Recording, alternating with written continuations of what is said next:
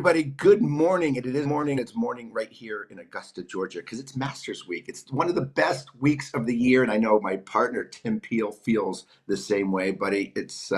And I am in Augusta, as you can see. I'm at a rental house with my company Skyline, and we are looking at a beautiful day. And I can't wait for the Masters. How you doing, buddy? And who do you got this week? I'm great, pal. I'm very, very, very jealous. It's my favorite golf tournament to watch.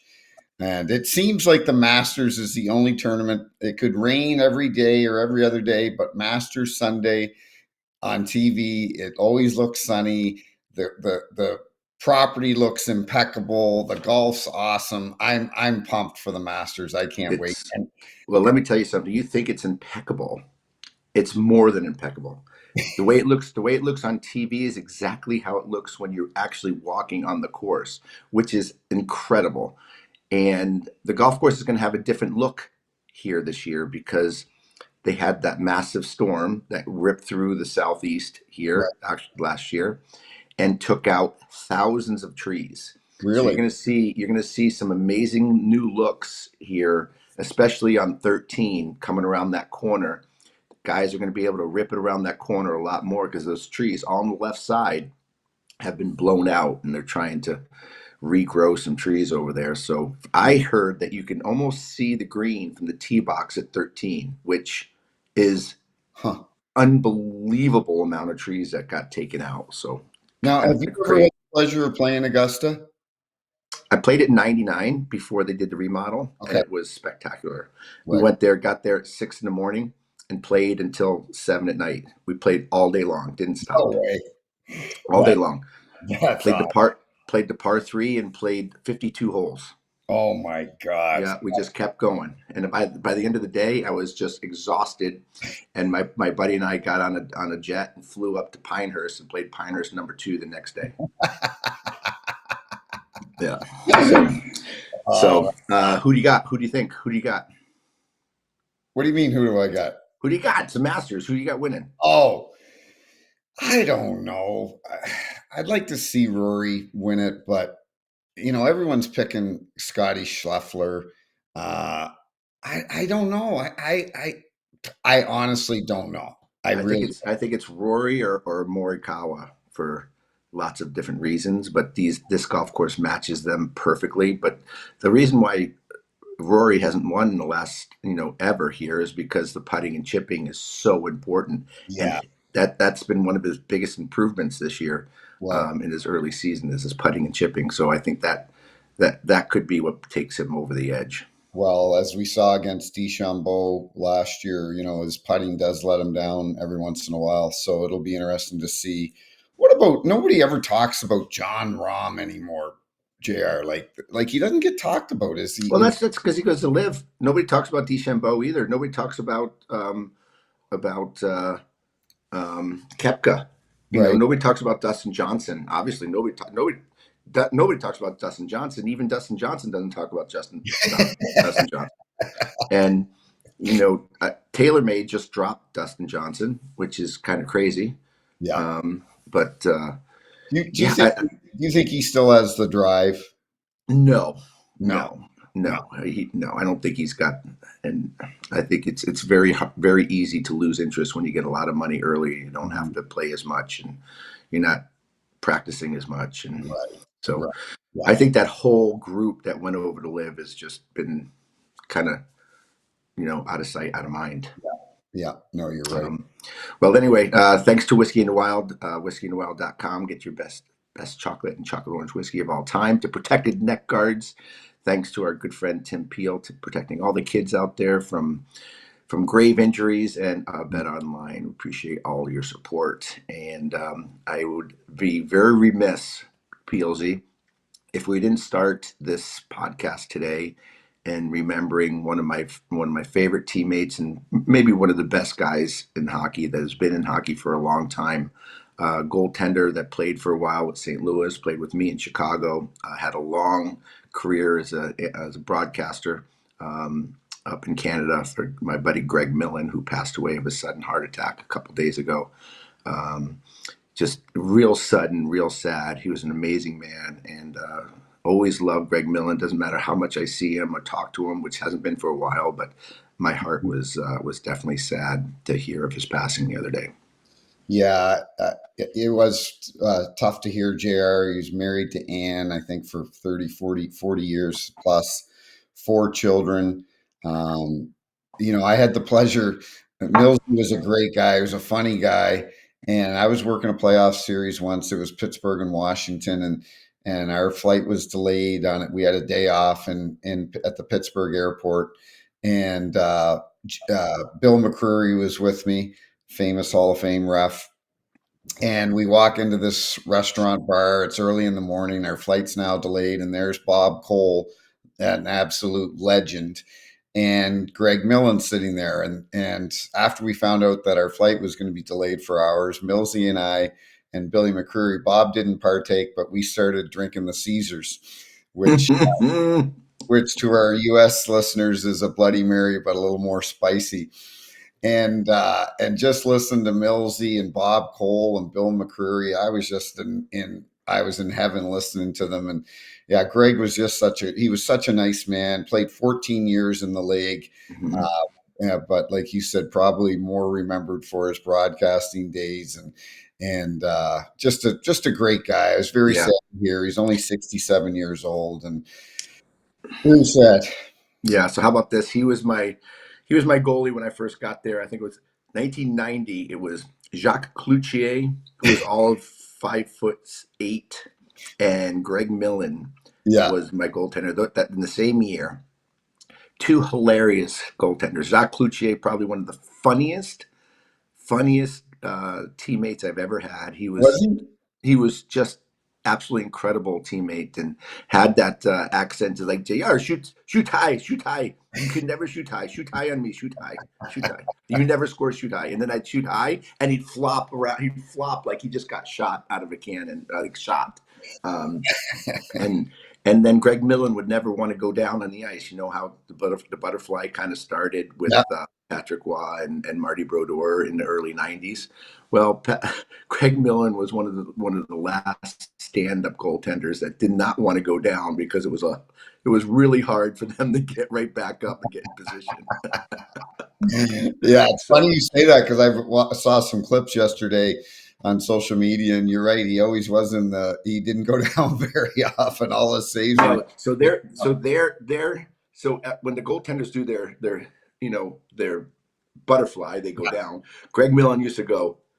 He just to Yeah, stick yeah, one leg out. yeah, yeah, yeah, Stick one leg out. yeah, yeah. Was instead of going sideways. One knee out, one knee in. It was so funny, backwards and Well, forwards. our Hilarious. condolences Well, to Anne and his children, and I'm sure it's a difficult time for them. yeah. So we love you, Greg. We'll always love Yeah, you. And again, our condolences to the family. Appreciate us. Appreciate you saying that. But it got broken.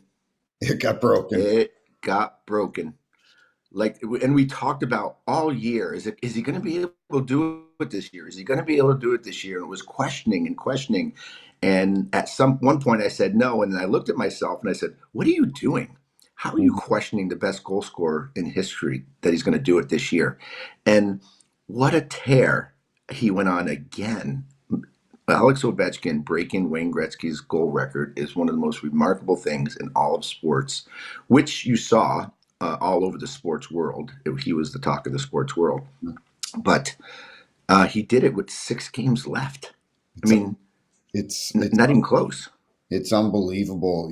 Somebody posted a tweet that I said a year and a half ago that he wouldn't break it because he doesn't have the horses around him. Because, 2 years ago, a year and a half ago, JR, I didn't think that Washington had the team that they completely have proved me wrong. I didn't think that they would be the team that they are. They were getting Well, older. they look like they were in a rebuild. They've done a tremendous job retooling and getting younger on the fly, and it was great to see.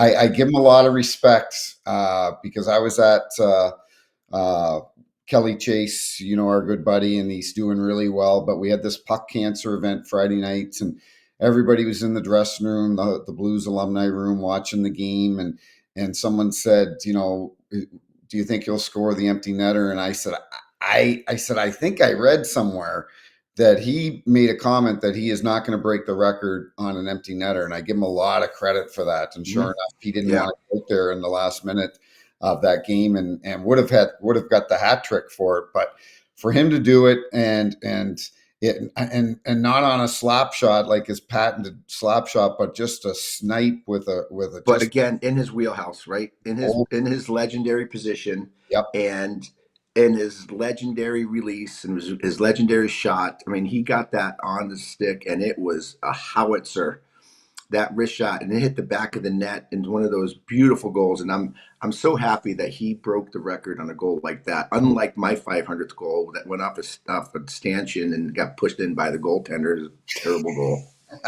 Um, but the fact that it was a shot like that, and you're right, he did look at the coach the other day against Chicago, and he shook his head like, "No, I don't want to be on." He shook his no, head like, "Take I, me off the ice for the empty net." Um, there's something to be said about the way that this whole thing went down, and you can't argue it because same amount of games yeah, as Gretz, yeah, one more goal. yeah, So, it's always the debate, right? Well, this guy played longer, this guy had more games played, so right. on and so forth.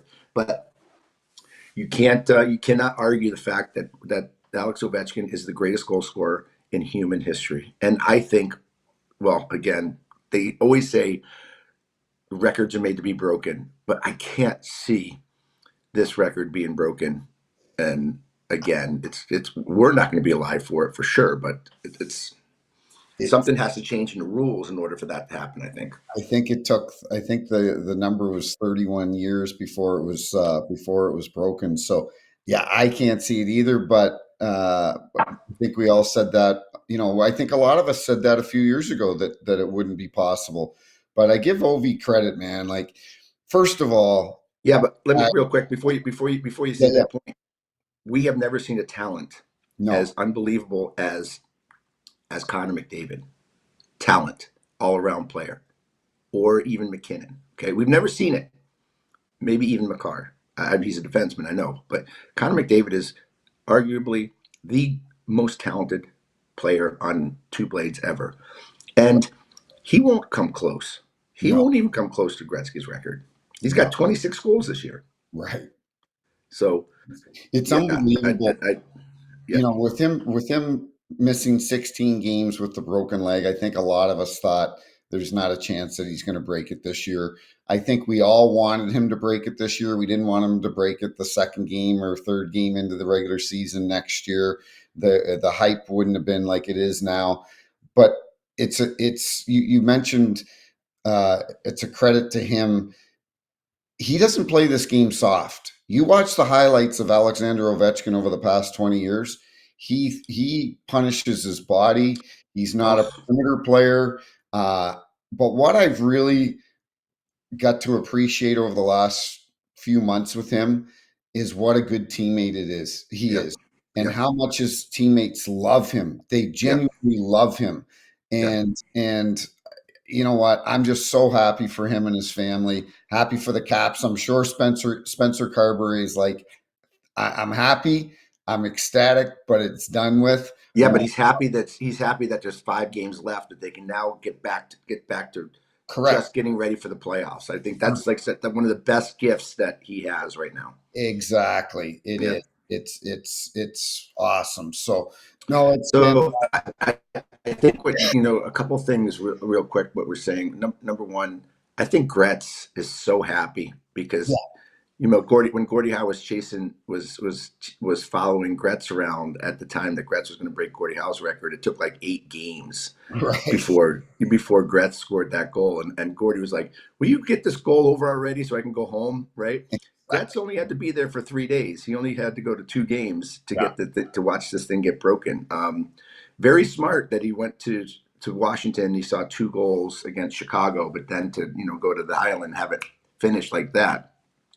What an absolute um, class act that Wayne Gretzky is, and the fact that Janet was there and his son was there, and um, that he was so gracious, and you can't say enough about Gretz, right? Obviously, And he's he, wearing the number 9 lapel on his jacket in honor yeah. of Gordie Howe. There's and the fact that they stopped the game Right. for 40 minutes or so. And way to go for the Islanders, because that could have been a terrible, like, what a terrible thing for a team that's chasing a playoff spot to have to stop and celebrate something like that. So my hat's off to the Islanders organization, to the Islander fans for the way that they treated that. And I'm sure there were I saw a lot of red Washington fans that were there to see it too. But I think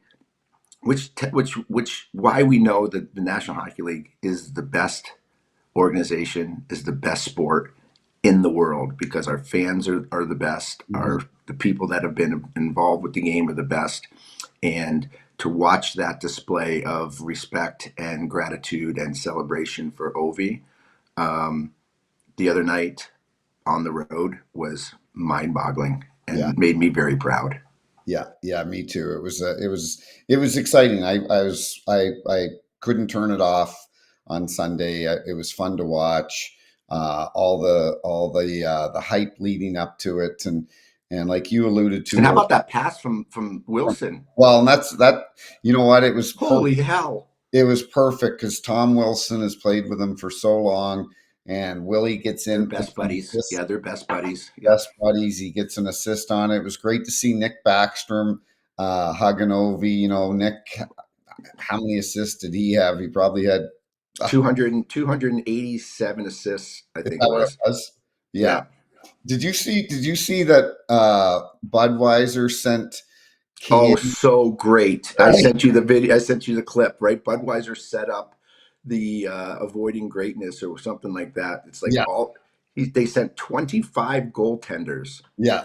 a special beer can, Bud Light can, that said, "Congratulations, you avoided any Ovechkin goals. No goals against greatness." I Well, thought that was the best. Cujo, Curtis Joseph posted a picture on X yesterday, and it was him holding the box with the can, and he says 2 shots, no goals, and Ovi tweeted back and said, "You're lucky that you retired because the next shot would have gone in." That's so good. He did that, man. Yeah, He's such a good part of the game, and great representation of the game. Ovi is, which leads me to something that kind of pissed me off. Tell you the truth. About 2 weeks ago, and Dominic Hasek posting um, an X or an Instagram carving Ovechkin up, saying, "If you're rooting for this guy, you're rooting for millions of people getting killed." And that was so unfair. And shame on Dominic Hasek for saying something of that nature in such a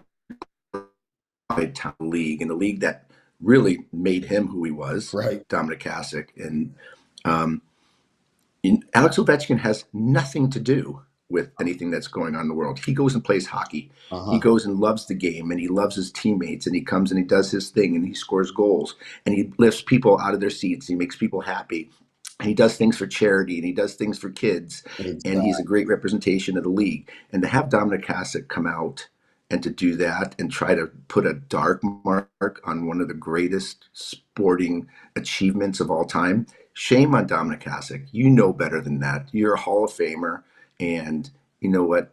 If you don't like it, keep it to yourself. But Right. don't put something like that on the social media and totally, because it makes you look bad. It And does. Dominic Hasek is so storied, and he's one of the best goaltenders of all time. But he definitely tainted himself. And trust me, I have tainted myself many, many times in my life. So when I say Dominic Hasek, you just tainted yourself by saying something like this against Alex Ovechkin at a very important time the league that made you a Hall of Famer. Right. I have tainted myself, and I know when you're tainted. And Dominic Hasek, I'm sorry, you just tainted yourself. Shame on you for saying something like that about Alex Ovechkin, because Alex Ovechkin has nothing to do with anything except playing hockey and being a great representation of the league, along with Sidney Crosby for the longest time, 20 years. So congratulations, Ovi. Shame on you, Dominic Hasek. Well said, buddy. I really can't add anything to that because you nailed it, and I couldn't agree with you more. It's you think the fans in Washington when they look at Ovi think about the Russians Ukraine war. It's not even like you said. He's done so much for that city. The charity work, as you alluded to, that he does. He's a tremendous teammate. Quit bringing politics into it, Dominic. It makes you look like a grumpy old man. And to your point, everything you I have, mean, that's like I'm German. I'm yeah, German. That's like me saying that I was associated with the Holocaust.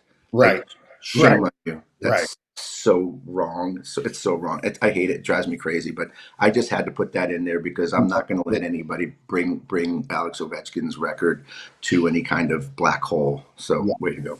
no, I'm glad you did. I'm glad you did. You want to touch on Montreal or Ottawa first? Because I'm happy for Well, both. we got to go with Montreal because they've just been incredible over the last month and a half, 2 months, and Ottawa slipped up a little bit yesterday, but still, it's gonna be pretty crazy coming down the end here in terms of the placement, Yeah, right? Because there's a lot of placement still to be right, had here. right. Yeah, no, I'm happy for Montreal. I'm really excited because one of our guests earlier this year, Tony D'Angelo, was playing in SKA in the KHL, and he was playing with this guy that I've seen highlight reel goals, highlight plays. The guy, one GM said the other day that the player I'm talking about is Ivan Demidov, and he's only 19 years old. He was a fifth overall pick in 2024. I don't think a lot of people expected him to come to Montreal so quick. But one GM at the GM's meetings said that he is a bona fide superstar. And Demidov compares himself. He says, I'm a mix of Kaprizov, and Jack Hughes. Wow, that's a pretty dominant duo So right there. put your seatbelt on, Montreal fans, because I think this guy is going to be fun to watch. And you bring a guy like him into the fold, into that already young team that they have. Cole Caulfield scored his 37th goal last night. This is going to be exciting times. And our good friend Joe Manuel, I'm sure he is pumped right now. Oh, absolutely pumped. My boss at Skyline too is a big Montreal fan, and he always flies to playoff games, and there hasn't been a lot for him to go to, but he is jacked up and ready to go because after the Rangers again step on themselves and choke, they just choke, like literally just from the season that they started with to the season that they ended up with. There's going to be some massive changes in New York after the debacle. I mean, they're 2 points out of a playoff spot, and they get throttled in back-to-back games um, over the weekend, and now they're 6 points back, They're done. eight points back. So they're done. They're They're, done. they're done. They're absolutely done. So now it just is like, is Montreal going to catch Ottawa? Is Ottawa going to catch Florida? Right. And then that the whole bracket can interchange. I mean, Tampa can catch Toronto. Uh-huh. Florida's, can they catch Tampa? They can, but um, that's going to be a crazy mishmash of lineups that you see any of these matchups. Can you imagine Toronto versus Montreal first round? Yeah. Holy hell! One last thing with the Rangers. Did you see uh, Peter Laviolette's quote? Did you see his No, comment? no. They asked him after, I think it was the loss against Tampa on Sunday or Monday, when they lost 5-1, and they asked him what he At says. home, even at home. Yeah, and they ask him, "What do you say to the team after a loss like this?" He goes, "I don't go. I haven't been going in the dressing room after games lately." It reminded me of Torts. How Torts kind of checked out. I think Laviolette's checked out. I don't do not. I would bet. I would say 100%. Peter Laviolette is not the head coach of this team Well, coming he the next. can't be. He can't be because the players stopped playing. They did. the players stopped playing, and whether they stopped playing in rebuttal to Chris Jury or they stopped in rebuttal to Peter Laviolette. I don't know what it is. I'm not in that locker room. I have no inside information, but one of those two are the reason for this team stopped playing. Yeah. And it always pisses me off that players can do that because there's no respect for actual winning and winning for your city. And who cares if you're mad at the coach? Who cares? Did He's you ever so have a coach that the team quit on, JR? mm, no, No? no. I mean, I never, I never saw eye to eye. Like I respected the hell out of Ken Hitchcock. Like Uh-huh. he was probably one of the best coaches I've ever had, and probably the smartest coach. But we didn't gel because we're totally two different opposite types, and he was very demanding and very sometimes cranky and whiny when he coached. But that's how he coached. But he was successful and he won hockey games. We didn't stop playing for Hitch. We played hard for Hitch because he did the work to get us ready and prepare us and to give us a good system to play. Right. And Hitch is one of the best coaches of all time. Can't Sure. take that away from him. Then you have Don Hay, who literally is a junior coach and not a professional Did coach. he And coach you in Chicago? no, he coached me in my first year in Phoenix. Oh, that's right. And That's right. even though I couldn't stand him, and a lot of the guys couldn't, we still played hard and we played. We made the playoffs, and um, unfortunately got bounced in the first round when he was a coach. But Did he no, come junior to the Phoenix Coyotes mhm. and nobody respected him? uh, Not really. not the way they should have. Yeah. Yeah. Yeah. He But didn't like. he's a dynamite junior coach. So don't Right. can't take that away from him. He's just too difficult at the NHL level to deal with like personalities like mine and Keith's. Not a good person, not a good match. You got a junior coach coming in with no NHL experience trying to tell you and Big Walt, this is what you guys should do. I'm sure Walt looked at you and just rolled. It was like, are you Yeah, kidding me? and I had Schoenfeld, Jim Schoenfeld, Yeah. who was one of the toughest guys to Yep. play when he played, and he was a ball buster as a coach, and he was in your grill. And him and I literally, if you read my book, literally almost went to blows in the locker room during a film session in Phoenix. He kicked everybody out of the room Yeah. because he said something to me and I rebutted back. He kicked everybody out of the room, right? Yeah. And he was like preparing to fight me. And I'm like, oh my God, if this guy fights me, I'm dead because he is a beast. He'd like lift me up and break me in two. Was he that Show pissed me at you? what? Was he that pissed at you? Oh, he was that pissed. He was like taking his jacket off and as everybody's leaving, and I'm like, oh my God, this guy is gonna come after me. And I was just like, what am I gonna do? What am I gonna do if he really attacks me and we start What did fighting? do you remember what you said to him in the film session? Yeah, but you know what I do remember because he was showing a goal where it was my fault, Yeah. right? And for like a month beforehand, he was promoting me as like the Selkie Trophy. I'm like, I don't want to win the Selkie Trophy. Yeah. I don't want to win the Selkie Trophy. But Right. anyway, he was promoting me because I was playing a shutdown line at the time. And then I did this stupid play. I gave up the puck and they scored a goal. We ended up losing the game. It was all my fault. And I know. Yeah. And he's showing the tape and he's rewinding it again and then rewinding it again and rewinding it again. I'm like, okay, I get it. It's my Yeah. fault. It's my fault.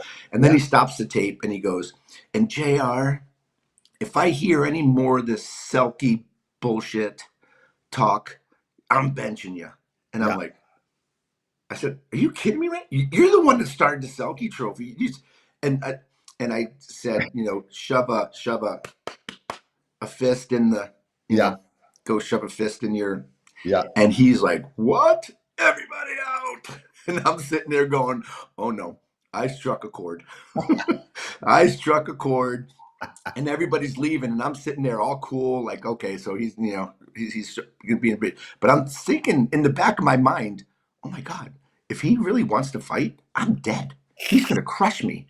So I'm thinking, what am I gonna do? What am I gonna do? And the only thing that I thought about doing is biting his nuts and getting a hold of him, and just that would stop him. That's the only thing I thought of I was going to get to, and because any other way, he's going to crush me. I honestly, God, that's exactly what went through my Oh mind at the time. my God, that's hilarious. Yeah. And I found out that the guys, after the door closed, all the boys, Rick Tocchet and Yeah, Keith Kachuk, they're all had their ear against the door because if something happened, they would have come in, to save me. And I would have needed saving from Jim Schoenfeld because he's a strong guy, and he was a great coach, but he was very abrasive. But we didn't stop playing for him. sure. We played hard for him, Right. even though he was abrasive. It's today's Yeah. athlete Yeah, it is. that I think that just fall apart and stop playing. Yeah. Yeah. I agree. But anyway, it's going to be a great positioning here to see this on the eastern side. But on the western side, our and we'll bring in Keenan here in a second. But Edmonton, it's kind of I don't. They've been up and down, back and forth. I mean, McDavid hasn't had the greatest year, but Draisaitl has. They still have that third place locked up, which looks like they'll stay in. But what do you think about Edmonton? I think they're one and done this year. I think Woo-hoo! I do. I think they're one and done. I think if if the playoffs started today, they're playing LA for the 15th time in the last 5 years. It seems it's like they play LA every year. And they've gotten LA. They have, but LA has been so good at home at the Crypto Arena. They are a phenomenal home team. Yes, I they are. think I think it's the Kings' year to get past the Oilers.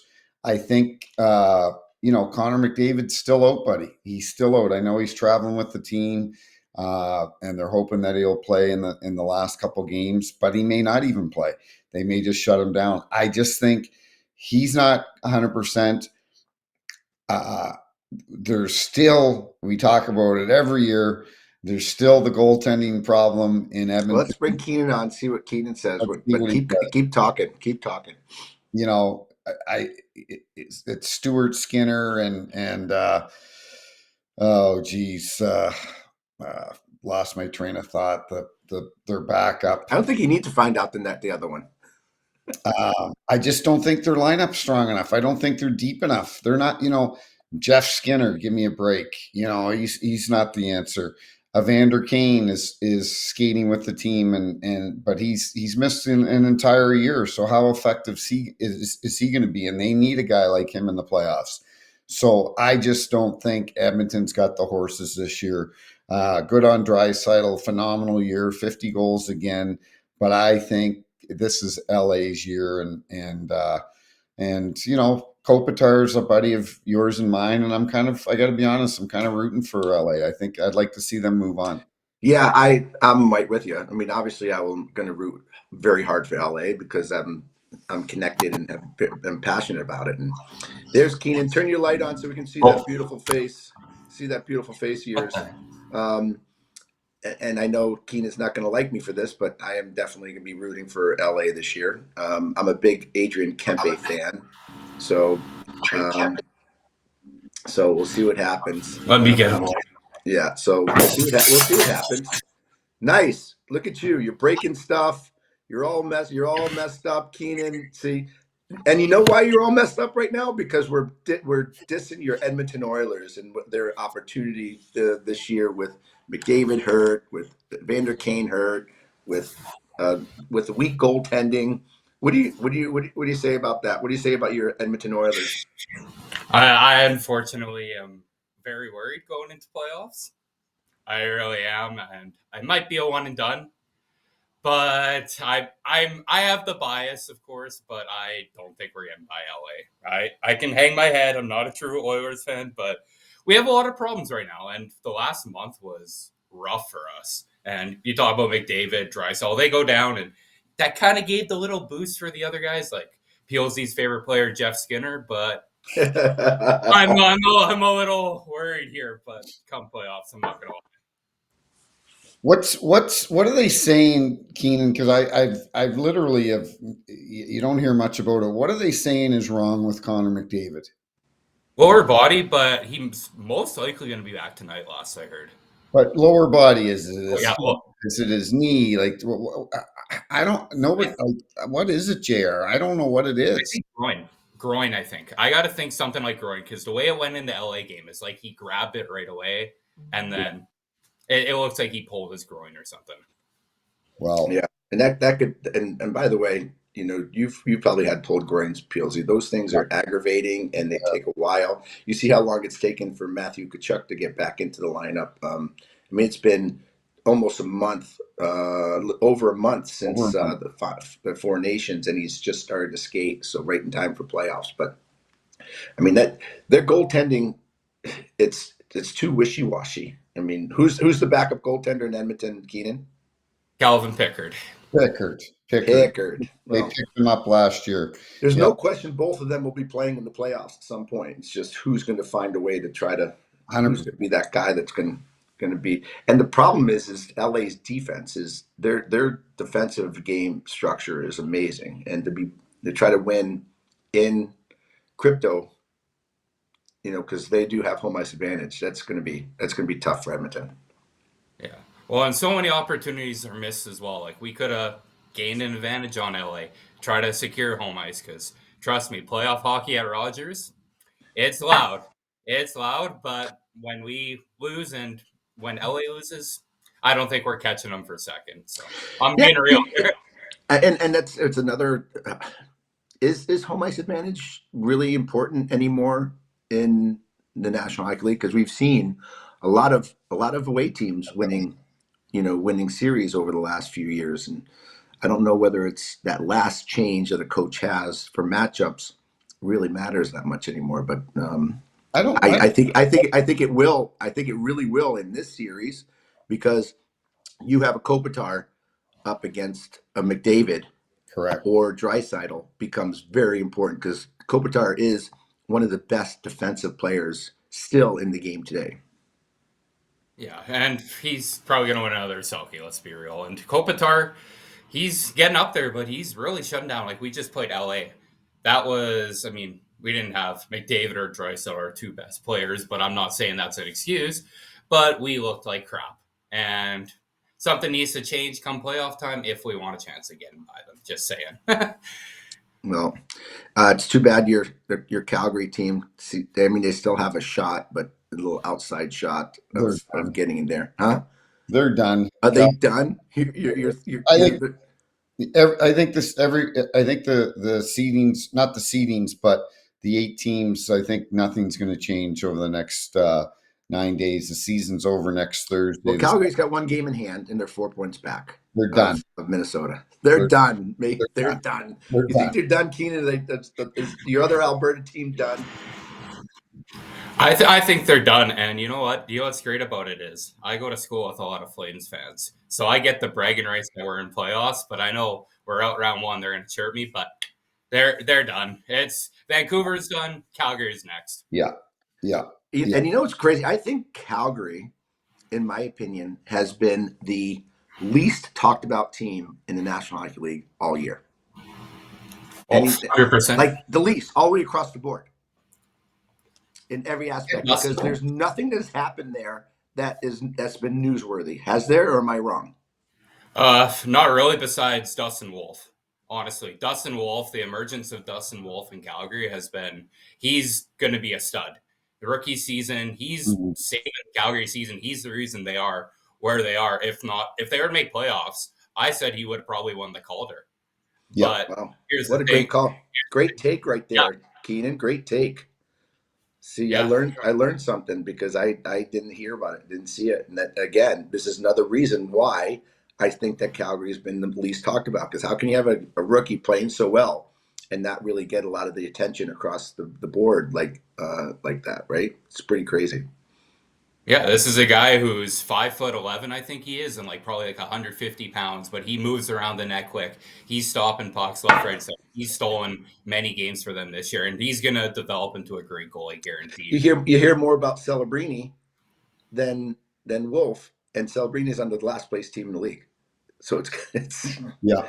kind of wild to tell you the truth. But Well, we Oilers take all the attention, Alberta. Let's be real. okay, well, listen, the Oilers are going to need some attention, and big time, because they have a huge test in round one. So Keenan, good luck to you, buddy. But we don't like your odds with some feeble stars going into the playoffs.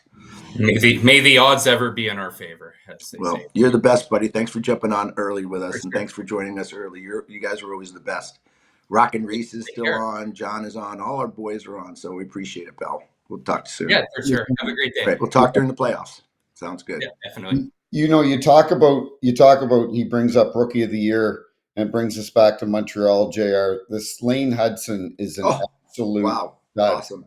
5'9", 162 pounds, and this guy is incredible to watch. And for a lot of people that don't watch Montreal games, and it looks like they're going to make the playoffs, watch the Montreal playoff games, because this guy, he's an incredible talent. It's fun to watch. Isn't he? It is awesome to watch, isn't it? And again, this is we talk about size of players, right? And talk about how players can survive in this league being small, right? You survive in this league being small by being gritty, by having a pair between your legs, about going after it, having snarl, working your ass off, taking hits, hitting, getting into those high traffic areas. I think Lane Hudson has been that player. I mean, that kid gets on, he works every shift, and you notice him every shift. He does something, whether it's a hit or his back check, how hard he back checks and how hard he works. He's got 64 points this year. 6 goals, 58 assists in 78 games. It's incredible. You know, that I mean, the way he gets back into his own zone, and how he's able to get into position, get back. He works. He works. Before we talk about the other matchups and so And on, he's a battler in front of that net. He battles hard. yeah, no, he is. I agree. He Listen, battles hard in front of I the net. want to talk about Montreal, or I want to talk about Ottawa, because I'm so happy for Brady Tkachuk. They're going to make the playoffs. 8 years, the Senators fans, they've endured a lot of pain in 8 years, no playoff games. Not quite like the record-setting Buffalo Sabres, who have missed the playoffs now for 14 years. And are tied with the New York Jets for the longest drought in playoff sports. But Ullmark was definitely the key. I don't know if Boston traded the wrong goalie, but Ullmark has made them a legitimate playoff team, JR. Without question. I mean, we know that the goaltenders is the most important part of a team, and he can build confidence, or he can wreck a team's confidence, right? Right. And did they trade the wrong person? I don't think so. I still think Swayman is the better goaltender, but this is a team that has some great players on their team. I mean, Brady's got 29 goals. That Stutzel is having himself a year at 72 points. Yeah. Batherson, this team could score goals, and are they going to be dangerous in the playoffs? I wouldn't want to play them. No. And guess what? If the playoffs started today, they play Toronto. Toronto hasn't beaten them this year. Ottawa's won every contest against Toronto. So if I'm Toronto, and we'll talk about that in a second, I do not want to play the Ottawa Senators in the first round, buddy. Because guess what? Brady Tkachuk is going to be on a mission. You thought he was on a mission of 4 nations? Wait until he plays his first playoff game for the Sens. This kid if you think about it, like Toronto, who has just not done well in the playoffs. Okay, just for the last 20 years, they've won one round. One round. One round in the last 20 years. Right. And they have, in the first round, the possibility of facing Ottawa, will be if Ottawa beats them in the first round, all hell's going to break loose. But even worse is if Montreal catches Ottawa and then Toronto plays Montreal. That would be an even more embarrassing Yeah. loss. And Montreal actually feels very confident playing Toronto, which we've seen. But then if they come down, they have Florida, the defending Stanley Cup champions. Right. So how do you feel if you're Toronto? You're like, I better be ready for these playoffs. They better have some more grit, some more playoff savvy, because they're going to need it. They're going to need it. And I'm sure Berube's sitting there saying, boys, you better get ready because this first round is not going to be easy. Not that the last 20 haven't been. Right. But you got a new coach, you got a couple new players, you got new energy, and you have Toronto Maple Leaf fans. Yeah. That's all you got to say. Well, and the reason that I think Toronto could be done in the first round, they don't even know. Like, you look at Ottawa, you look at Winnipeg, Minnesota, Dallas. They know who their starting goaltender is. St. Louis, they know it's Binnington. These teams know who their starting goaltender is. Toronto doesn't know who their starting goaltender is. They don't know whether it's Stollarts or Joseph Woll. And that, to me, is a big problem. If you don't know who your starting goaltender is going into the Stanley Cup playoffs, that means you really, truly don't have a number one starting goaltender. Unless you have Ullmark and Swayman, two number ones. Right, exactly. But that's a problem. I think that's a problem. I think Toronto's going to be one and done. I think they're going to be out in the first round. Again, and the Toronto fans will lose their minds. But I'm gonna disagree with you. I'm gonna disagree with you. I think Berube's gonna have them ready. I think he's gonna have them more mentally prepared and a tougher team to play against, and maybe more calm in a very high tense round. I just, honestly, it's not Berube.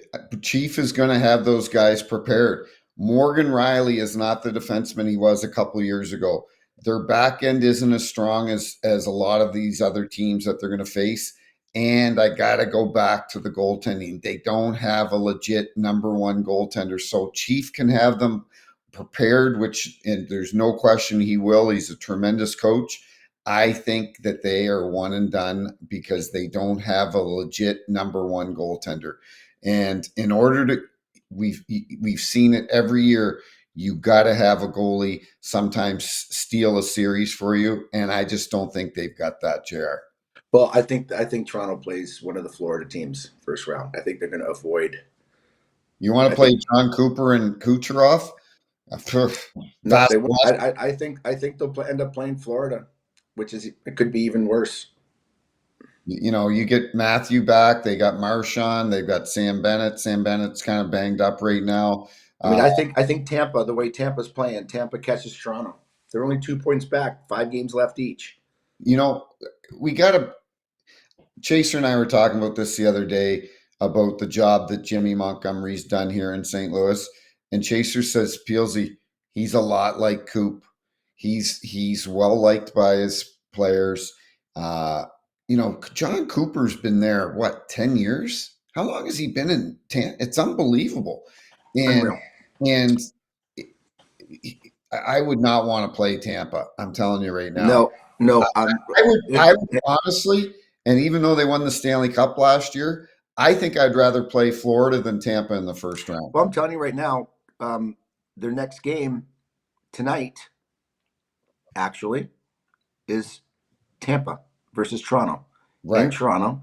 I mean, that right there could set up their Toronto's position, because they play Detroit, then Buffalo. Those should be 2 wins at home. Yeah. Then they play Florida. So, and then they play the Rangers in Madison Square Garden. And by that time, the Rangers are going to be checked out and gone, so they could probably win that game. But 2 of the last 3 are against teams that are chasing them. Those are 4-point games. Right. Those become huge. Huge. So Toronto can make a huge step in securing that first spot with the win tonight versus Tampa. Do you notice, if the playoffs ended today, or started today, you'd have Toronto, Ottawa, Tampa, Florida, Washington against Montreal, Carolina against New Jersey. How come nobody ever talks about the Carolina Hurricanes? Are they just they're not They're sexy? the Calgary Flames of the Yeah, of the East. East. Like nobody talks about them. You never hear anybody. Is it they're just not sexy enough? I don't know what it is, but it's I don't Well, know. again, who do they have on their team that you're gonna follow? They have good players, right? But I'm I not saying they don't have good players. They no, have a lot of the same players. right, They have a lot of really good, solid players all the way up and down the lineup, but they don't have someone that jumps off the page right, at you. right. Svechnikov was one of those guys. Is it Sir Yeah, Svechnikov, right? yeah. I thought he He was going to be one of he's those. dropped he's dropped down. He seemed like injuries has kind of hampered Yeah, him.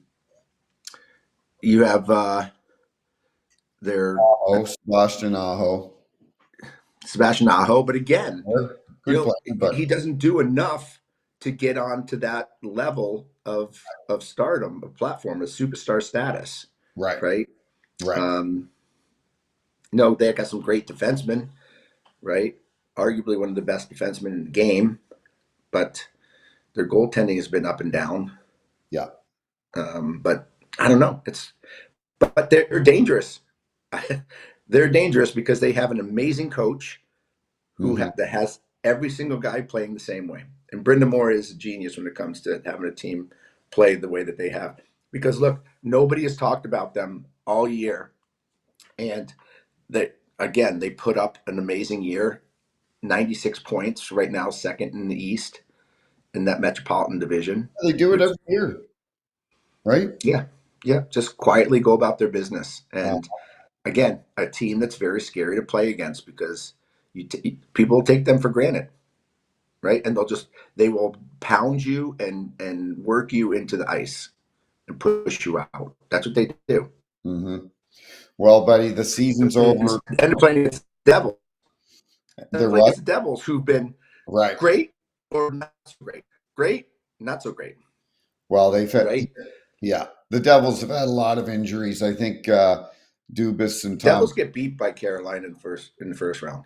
they do. You know what? The Devils have just had too many injuries this year with Hughes out and Dougie Hamilton's out again, and one of their other defensemen I can't think of. It's unfortunate, but the playoffs will start hopefully. I think next Saturday the 19th. The season's over on Thursday the 17th.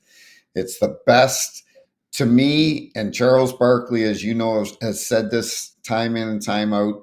The NHL playoffs are the best to watch, and I can't It wait. is the best to watch, and it's almost here, and it's the best time of year because the sun's coming out, the weather's getting warm, and the hockey gets better. So Listen, great stuff today, Tim. Great stuff we're today. going to end this because and I literally cannot believe that I'm looking at you, and in the background I know that the Augusta, Georgia is right there in the Masters. I am so jealous. Enjoy your Well, time. I wish I could send you pictures from the course, but they don't allow phones on the course. So I will. So what I do will they take. take your phones, or how does that happen? Yep, They yep. do. They take your phones. Yep, they phone lockers at the entrance. Uh, Cameras, no phones, nothing, no audio, nothing audio visual gets in there. It is the most uh, priceless and unbelievable spectacles of terrain you've ever seen. You walk in and you hear birds everywhere. You Yeah. hear birds chirping everywhere. There are no birds. You don't see any birds flying the golf course. You might see one stray one come in, but there are What do no birds. no birds? There are no birds. This is how unbelievable Augusta National is they keep all the birds away from the golf course. One might stray in and get through the force field, but all the bird sounds come from microphones in the trees. Oh, that's hilarious. They play the bird music, They've and there's no rabbits, no squirrels, no mice, no deer, no animals, nothing. Oh The only my thing you see is bees. The only thing you see is bees, because they have like sonar around the course that keeps everything out. It's incredible.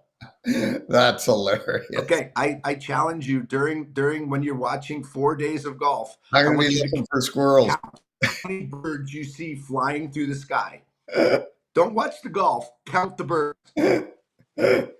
I will be shocked if you get 5 in the most beautiful place in the world. So that's my stat for the day. That's awesome. Enjoy it, buddy. You Yeah. have Well, a great enjoy, time. buddy. Enjoy. I love you. Love you Great too. stuff. Congratulations, Alex Ovechkin, and our Yes. condolences again. Our condolences again to Ann Millen. Yeah. Greg, we love you. We'll always be thinking about you. And thanks to Whiskey in the Wild. Thanks to Protected Net Guards and to Bet Online and all of our guys that join. Keenan, John, Reese, all you guys that keep joining week after week. We love you. All right, we'll see you next week. Thanks, Tim. See you, pal.